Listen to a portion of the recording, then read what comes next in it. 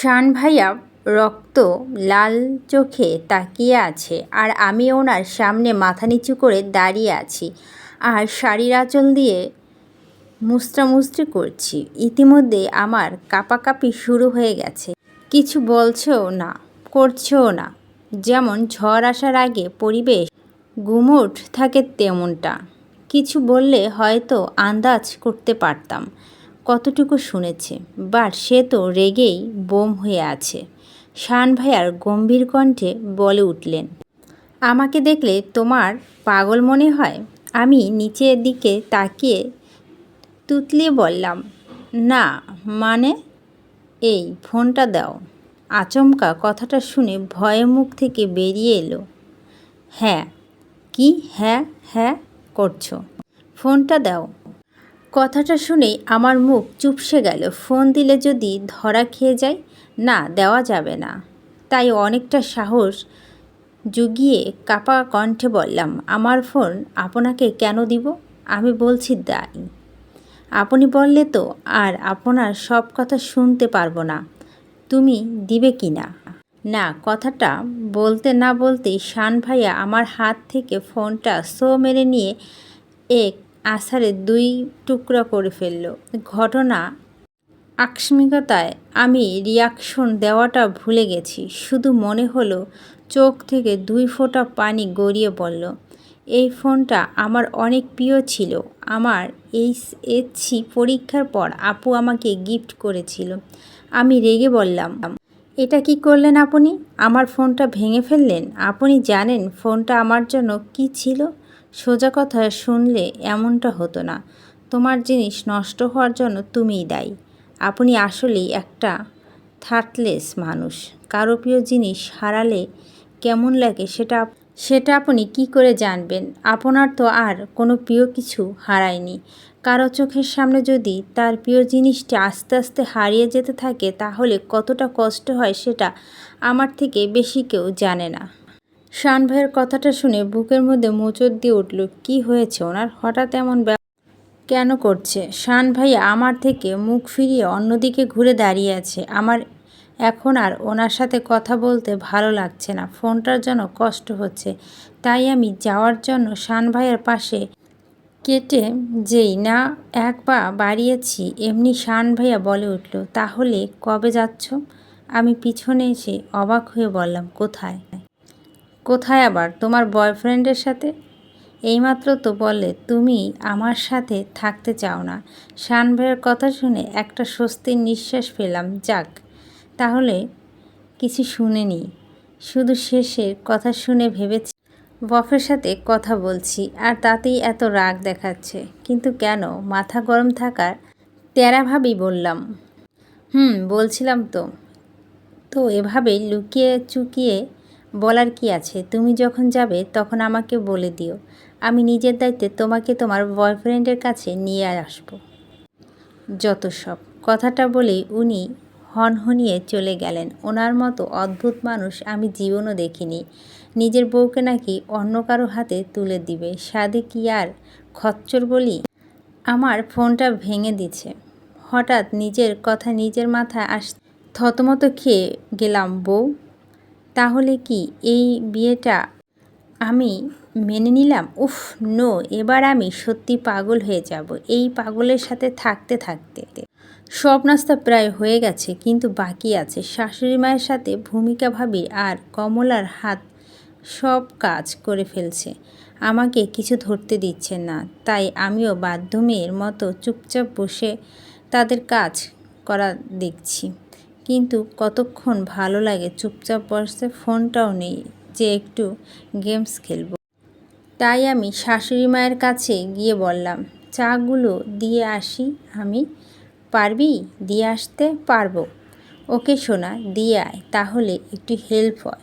সকাল থেকে কাউকে কিছু দেওয়া হয়নি এখনও। শাশুড়ি মায়ের কথা অনুযায়ী আমি ট্রেটা হাতে নিলাম, কিন্তু এতগুলো চায়ের মাঝে দুটো কফি দেখে একটু অবাক হলাম। এই কফিটা কাকে দিব? সাম্য আর শানকে? ওরা চা খায় না। বাম সাইডের কফিটা শানকে দিস, ও চিনি বেশি খায় না। চিনি কেন খাবে? চিনি খেলে তো আর এই তিতা কফির মতো তিতা তিতা কথাগুলো আমাকে বলতে পারবে না। কফিখোর একটা। নিজের মনে কথাগুলো বলে নিজের কাজে চলে গেলাম। একে একে সবাইকে চাগুলো দিয়ে দিলাম। তারপর শান ভাইও বাবার ঘরের দিকে এগিয়ে গেলাম। শ্বশুরমশাই বিছানায় আতশোয়া হয়ে কপালে এক হাত দিয়ে চোখ বন্ধ করে আছেন। আমি গিয়ে দরজা নক করতেই উনি উঠে চশমাটা পরে বললেন, আরে সোহা মা, এত ফর্মালিটি দরকার নেই। তুই তো এ বাড়ির মেয়ে, আয় না ভিতরে আয়। আমি ধীর পায়ে এগিয়ে গেলাম। তারপর বললাম, আঙ্কেল আপনার চা। উনি একবার আমার দিকে তাকিয়ে চাটা নিয়ে নিলেন। তারপর বললেন, এই বাড়িটাকে কেমন লাগছে? ভালোই। আর মানুষগুলো? আমি চোখে মুখে খুশি নিয়ে বললাম, অনেক ভালো। আমার কিন্তু মনে হয় না। শ্বশুরমশাইয়ের কথা শুনে অবাক হয়ে তাকিয়ে রইলাম। না আঙ্কেল, তেমন নয়। আপনারা সবাই সত্যি অনেক ভালো। তাই যদি আমাদের সত্যি ভালো লাগতো তাহলে আঙ্কেল বলতি না, বাবা বলতি। আমি স্বতঃস্ফূর্ত সুরে বললাম, বাবা? হ্যাঁ, এখন থেকে বাবা বলবি। আর তোর যা লাগবে সব আমাকে বলবি। কখনো বাসার কথা মনে করে কষ্ট পাবি না। আজ থেকে আমরাই তোর বাবা মা। কি মানতে পারবি তো? বাবার কথা শুনে আমার চোখে ছলছল করে উঠল। এমন মনে হচ্ছে যেন আমি এই বাড়ির বউ না, মেয়ে। এমন একটা শ্বশুরবাড়ি পাওয়া সত্যি ভাগ্যের ব্যাপার। বাবা আমার মাথায় হাত বুলিয়ে দিয়ে আর ইশারা বললেন না কাঁদতে। হঠাৎ উনি আবার বললেন, আমি জানি তুই আমাদের সবার উপর রেগে আছিস। এভাবে বিয়েটা হয়। তুই ভাবছিস হয়তো আড়াস পালিয়ে গেছে বলে তার ক্ষতিপূরণ দিতে তোকে শানের বউ করে আনলাম। আসলে এটা সম্পূর্ণ ভুল। তোকে আর স্মৃতি দুজনকে আমার খুব পছন্দ ছিল শান আর আরাসের জন্য। তোকে যখন আমি প্রথম দেখি তখনই এটা ভেবে নিই যে তোকে এই বাড়ির বউ করে আনবো। হঠাৎ স্মৃতি যে এমন কাজ করে বসবে ভাবতেই পারিনি। তবে আমি তোকে গ্যারান্টি দিয়ে বলতে পারি তুই সত্যিকারের হীরাটা পেয়েছিস। শান সবসময় তোকে আলগে রাখবে। দেখিস তুই অনেক সুখী হবি শানের সাথে। ওনার কথা শুনে কি বলবো জানি না। তবে এখন রিয়েলাইজ হচ্ছে আরশ ভাইয়া আর আপু ভুল করেছে। শুধু শুধু এতগুলো ভালো মানুষ আমাদের কারণে ছোট হলো সবার সামনে। ভাবতেই আমার কান্না পাচ্ছে। কিন্তু নিজেকে সামলে নিয়ে মুখে বললাম, তুই কি এখন ফ্রি আছিস? তাহলে বাবা মেয়েতে বসে কিছুক্ষণ আড্ডা দেওয়া যেত। সত্যি বাবা, এখনও বড় ভাইয়াদের কফি দেওয়া বাকি আছে, তাই বসতে পারছি না। তবে আমি কিছুক্ষণ পরে অবশ্যই আসবো, তোমার সাথে জমিয়ে আড্ডা দিব। আমি অনেক খুশি হয়ে বললাম। বাবাও হেসে বলল, ওকে বেটা, আমি অপেক্ষা করব। তারপর আমি বড় ভাইয়ার রুমে গেলাম। সেখানে গিয়ে দেখলাম ভাইয়া পুষ্পের সাথে আধছোঁয়া হয়ে খবর পড়ছে। দরজা নক করতেই ভাইয়া উঠে বসলেন। গুড মর্নিং ভাইয়া। Good morning. কিন্তু তুমি কেন সকাল সকালই কাজে লাগিয়ে দিল নাকি? না না, কেউ তো কিছু করতেই দেয় না। আমি ভাবলাম চাগুলো সবাইকে দিয়ে একটু তাদের হেল্প করে দিই। আমি ভাইয়াকে কফিটা দিয়ে দিলাম। পুষ্প ঘুমাচ্ছে এখনও। কালকে তো বিয়ে বাড়ি ঝামেলা, কারো ঘুমই হলো না। আমি গিয়ে পুষ্পর মাথায় হাত বুলিয়ে দিলাম। একদম ছোট্ট একটা মেয়ে, সব সময় আমাকে মিষ্টি মিষ্টি বলে অস্থির করে রাখে। এই বাড়ির মধ্যে আমি যদি কারো সাথে আমার ভাব সব থেকে বেশি হয় তাহলে সেটা পুষ্প। ও মিষ্টি মুখে মিষ্টি মিষ্টি কথাগুলো শুনলে মন জুড়িয়ে যায়। কিছুক্ষণ পুষ্পের মাথায় হাত বুলিয়ে বেরিয়ে এলাম যমরাজের ঘরে যাব বলে। দরজার সামনে দাঁড়িয়ে আছি, ভিতরে যাব কি যাব না সেটাই ভাবছি। তখন যে রাগ দেখালো, এখন না ঘর থেকে বের করে দেয়, দিলে দিবে, এত কেন ভাবছি। ধুর, কি ভাবছি। সোহা, কিছু হবে না। তুই শুধু যাবি, কফিটা দিবি আর বেরিয়ে আসবি, শেষ। যেই ভাবা সেই কাজ। আর আগে পিছে না ভেবে চলে গেলাম ভিতরে। ভিতরে গিয়ে মাথা মেজাজটা গরম হয়ে গেল। আমি দ্রুত পায়ে শান ভাইয়ার কাছে এসে বললাম, এটা কি করেছেন আপনি? আমার জামা কাপড়গুলো ফেলেছেন কেন? আমার আলমারিতে কাকে বলে জামা কাপড় রেখেছ? এখানে বলতে হবে কেন? ঘর আপনার, আলমারি ছাড়া তো আর কোথাও আলমারি নেই যে সেখানে রাখবো। এখানে না রেখে আর কই রাখবো সেটা তোমার ব্যাপার, কিন্তু আমার আলমারিতে তোমার কোনো কিছু জায়গা হবে না। পারলে তোমাকে আমার ঘর আর লাইফ দুই জায়গা থেকেই বের করে দিতাম, বাট আফসোস আমার হাত বাঁধা। ওনার কথাটা শুনে চোখ থেকে অপমানেতে পানি পড়তে লাগলো। কতটা সহজে কথাগুলো বলে দিল, একবারও ভাবলো না আমার দিকটা। কি এমন ক্ষতি করেছি ওনার? কেন এমন বিহেভ করছে? এই আমার সামনে একদম ন্যাকা কান্না করবে না, একদম চুপ। ওনার ধমক শুনে আমি পুরো সোজা হয়ে গেলাম। নিজের চোখের পানি মুছে অভিমানী কণ্ঠে বললাম, ওকে, আমার যে ফোনটা ভেঙেছেন ফেরত দিন, আমি চলে যাচ্ছি। আমার কথা শুনে শানের মুখটা হা হয়ে গেল। এখানে তোমার বিবাহিত জীবন খাদে ঝুলছে আর তুমি আছো ফোন নিয়ে। আসলেই একটা স্টুপিড তুমি। ধ্যাত, বোকা বলে বোকা অপমান করে। ভালো হয়েছে আমি এমনই। ওনাকে মুখ ভাঙালাম। শান একটা দীর্ঘশ্বাস ফেলল। হয়তো উনি আমার এমন উত্তর আশা করেনি। কিছুক্ষণ চুপ থেকে উনি আবার বললেন, তাড়াতাড়ি জামাকাপড়গুলো সরিয়ে রুম খালি কর, কুইক। এবার মাথাটা এত গরম হচ্ছে বলার বাহিরে। ইচ্ছা হচ্ছে বলি যে জামাকাপড়গুলো সরিয়ে কি তোর মাথার ওপর রাখবো, কিন্তু মুখে বললাম এগুলো সরিয়ে কই রাখবো। উনি তাচ্ছিল্য হাসি দিয়ে বলল, কেন, যার সাথে 2 দিন পর যাবে তাকেই বলো না তোমাকে একটি আলমারি বানিয়ে দেখ, সেখানে তুমি তোমার জিনিসপত্র রাখতে পারো। কথাটা বলে উনি হনহনিয়ে বেরিয়ে গেলেন। আমি ওনার কথা শুনে হাঁ হয়ে দাঁড়িয়ে রইলাম। আরে, এখন আমি বয়ফ্রেন্ড পাবো কোথায়? কেন, যে কাল বলেছিলাম তোমার বয়ফ্রেন্ড আছে, এইবার বুঝো মজা। এখন তো মনে হচ্ছে একটা আলমারির জন্য হলেও বয়ফ্রেন্ড বানাতে হবে। জামাকাপড়গুলো গুছাতে গুছাতে প্রায় অনেকটা লেট হয়ে গেছে। এর মধ্যে 2 বার কমলা এসে ডেকে গেছে। উফ, নির্ঘাত সবাই বকবে আমায়। সব হয়েছে শান ভাইয়ার জন্য। ফাজিল একটা, তোর জীবনে ভালো হবে না। উল্লুকটা আমার গোছানো কাজ অগোছালো না করলে এমনটা হতো না। নিচে আসতে না আসতেই ফুপু শাশুড়ি বলে উঠলেন, কি ব্যাপার, প্রথম দিনই এত লেট তোমার? এতবার কেন ডাকতে যেতে হয়? তোমাকে কি বলা হয়নি সবাই এখন খাবে? আমি মাথা নিচু করে রইলাম। শ্বশুরমশাই বললেন, আহ রেশমা, এভাবে বলছিস কেন? আস্তে আস্তে সব বুঝে যাবে। তখনই শাশুড়িমা বললেন, শান কই সোহা? নিচে এলো না? ঘরে আছে নাকি? শান ভাইয়া আসেনি এখনও? সে কখন তো নিচে আসার জন্য বেরোলো। আমার কথা শুনে সবাই বড় বড় চোখ করে আমার দিকে তাকিয়েছে। কিরে বাবা, এমন কি বলে দিলাম যে সবাই আমার দিকে এক লুকে দিচ্ছে? আমি ভয়ে ভয়ে বললাম, কি হয়েছে? তখন সবাই হেসে দিল। আমি কিছুই বুঝলাম না। সানিয়া হাসতে হাসতে বলল, তুমি এখনও শান ভাইয়াকে ভাইয়া বলে ডাকো? মাই গড, বলে আবার হাসতে থাকলো। আমি আমতা আমতা করে বললাম, ওই আগের অভ্যাস তো, তাই।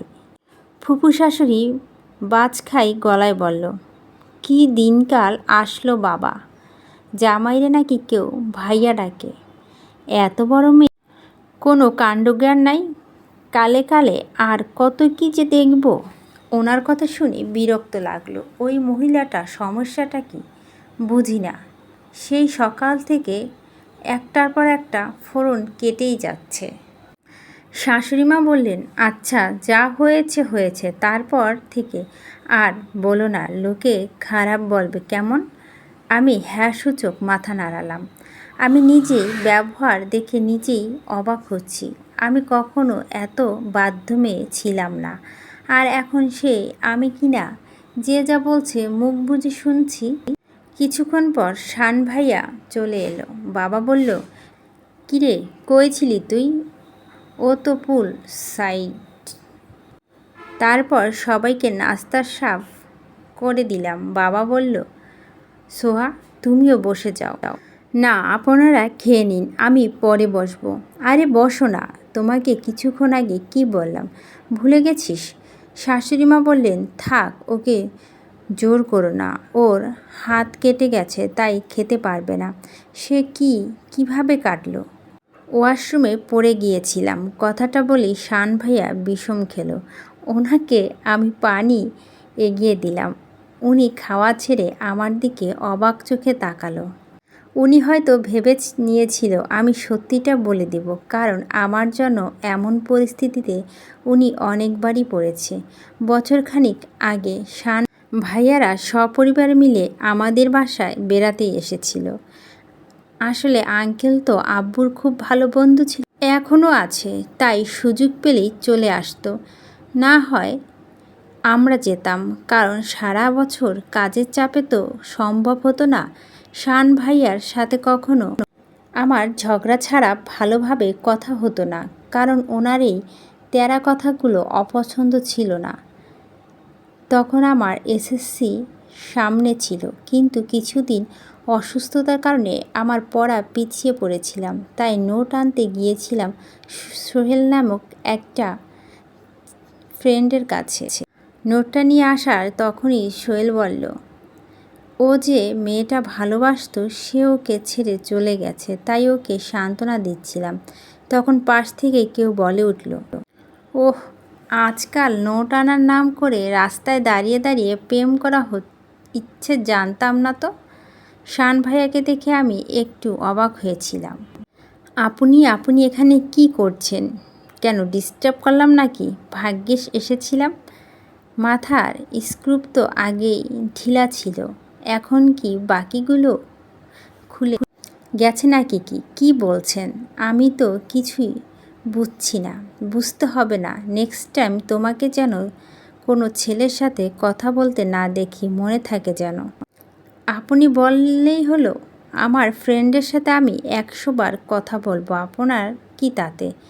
তোমাকে বলতে ইচ্ছুক নয়, তবে কথা নড়চড় যেন না হয়। নিজের ভাই ছাড়া বাকি সব ছেলের সাথে কথা বলা বন্ধ। আপনার কথা আমি শুনবো কেন? মুখে মুখে তর্ক করলে একটা থাপ্পড় মারব, যে পরে আর কথা বের হবে না মুখ থেকে। এখনই যাও বাসায়। ওনার কথা শুনে প্রচুর রাগ হলো। কত বড় সাহস আমাকে ধমক দেয়! বাসায় এসে আমি কান্না করে করে সবাইকে বললাম, শান ভাইয়া রাস্তায় সবার সামনে আমাকে থাপ্পড় মেরেছে। আমার কথা শুনে শান ভাইয়া নিজেও অবাক, কারণ উনি শুধু বলেছে আমি এমন ছিলাম। উনি আমাকে যা বলতো বা যা করতো আমি তার থেকে 1-2 লাইন সবসময় বাড়িয়ে বলতাম। তারপর আর কি, শান ভাইয়া আব্বু ওনাকে অনেক বকা দিল। ওনাকে বকা খেতে দেখে আমি মজা নিচ্ছিলাম। কথাগুলো মনে পড়লে এখন হাসি পায়। এতটা বাদর ছিলাম, তাই হয়তো এখন এতটা ভালো মানুষ আমার থেকে নিতে পারেনি। হঠাৎ বাবা কথা শুনে অতীত থেকে বাস্তবে ফিরে এলাম। শান, তাড়াতাড়ি নিজে খেয়ে সোহাকে খাইয়ে দিস। আমি পারবো না, যা খাওয়ার সে খাবে।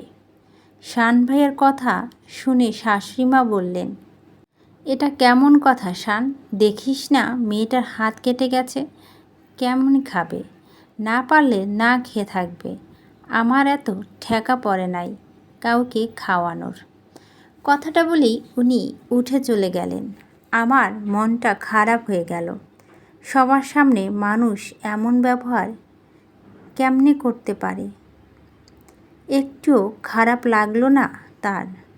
আমার মাথায় হাত বুলিয়ে শাশুড়িমা বললেন, হয়তো কোনো বিষয় নিয়ে তোর উপর রেগে আছে। মন খারাপ করিস না শান, কিন্তু মোটেও এমন না। রাগ পড়লে সব ঠিক হয়ে যাবে। মনে রাখবি যে সবচেয়ে বেশি ভালোবাসে সে বেশি অভিমান করে। যা গিয়ে ওর অভিমান ভাঙা। ভালোবাসা না ছাই। এখন হয়তো আর সহ্য হচ্ছে না আমাকে। আমার সাথে এই ব্যবহার এজন্য করছে যেন আমাকে তাড়িয়ে ওই শাকচুন্নিকে তাড়াতাড়ি ঘরে তুলতে পারে। আমিও এত সহজে ছাড়ব না। একবার সুযোগ পাই সব সুদে আসলে উসুল না করছি তো আমার নামও Sohana. Just wait and watch.